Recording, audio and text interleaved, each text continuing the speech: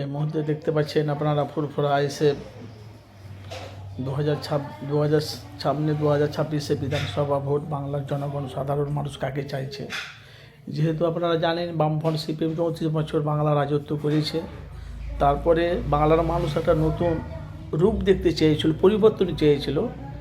সেই হিসাবে এখন ভাই যেভাবে বাংলাতে দুর্নীতি হচ্ছে আপনাদের জানারও বাকি না কারোই, এই জন্য আপনাদের কাছে সরাসরি আমি এসেছি আপনাদের কাছে ভিডিও নিয়ে।